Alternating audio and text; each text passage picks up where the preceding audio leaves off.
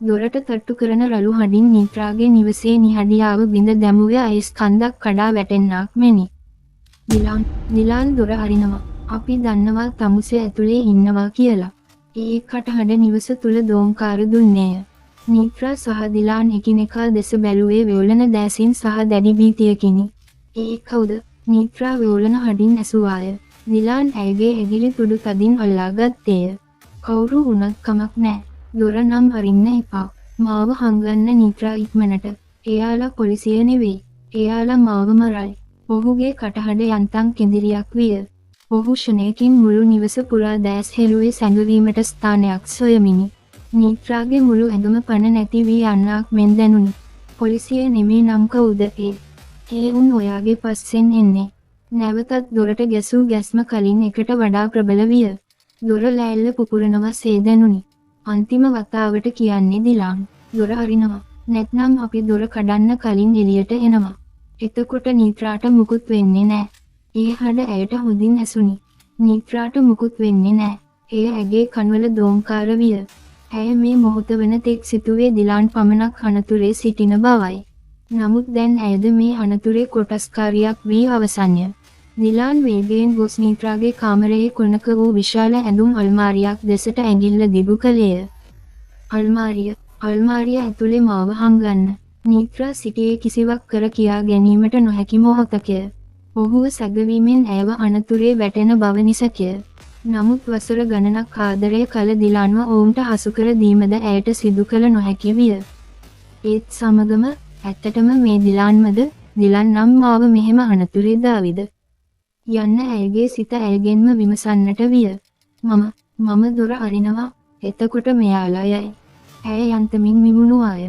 අනේ නීත්‍රා, එහෙම කරන්න එපා. උන් මාව මැරුවොත් ඔයා කවදාවත් ඇත්ත දැනගන්නේ නැති වෙයි. මම එහෙම ගියේ ඒ කියලාවත් ඔයාට දැනගන්න ලැබෙන්නේ නැති වෙයි.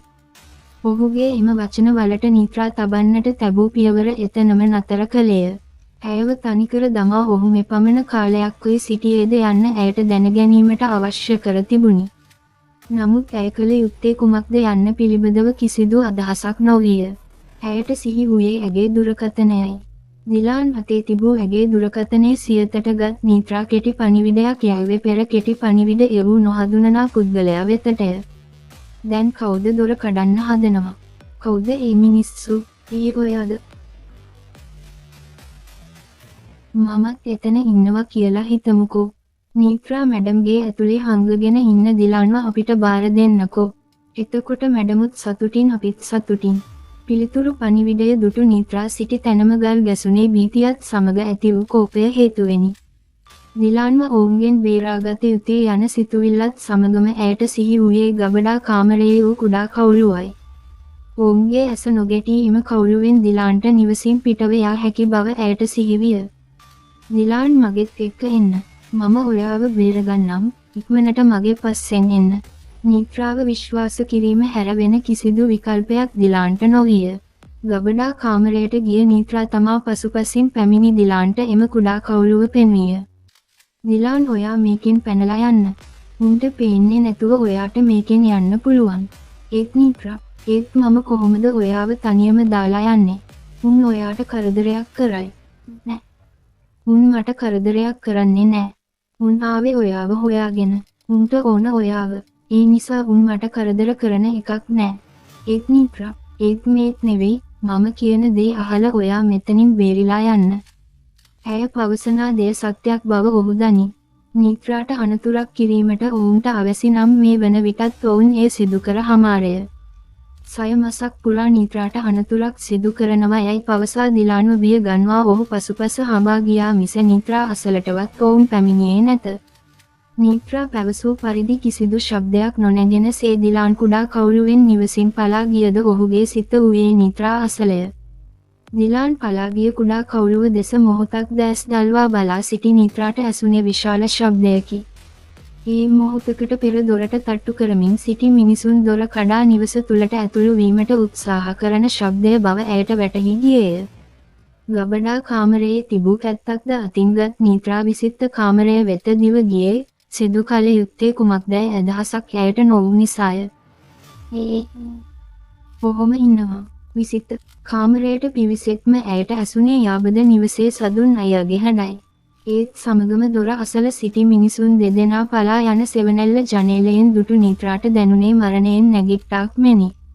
ජනේලය අසලට දිවගිය නීත්‍රා ජනේලයෙන් සෙමෙන් ඉබිකම් කරද්දී ඇය දුටුවේ ඇයට යාබද නිවසේ ජීවත් වන සදුන්ද ඔහුගේ බිරිඳ නිලු සහ ඇයගේ පියා වූ සෝමදාස මාමාද තම නිවස දෙසට දිව එන අයුරුයි.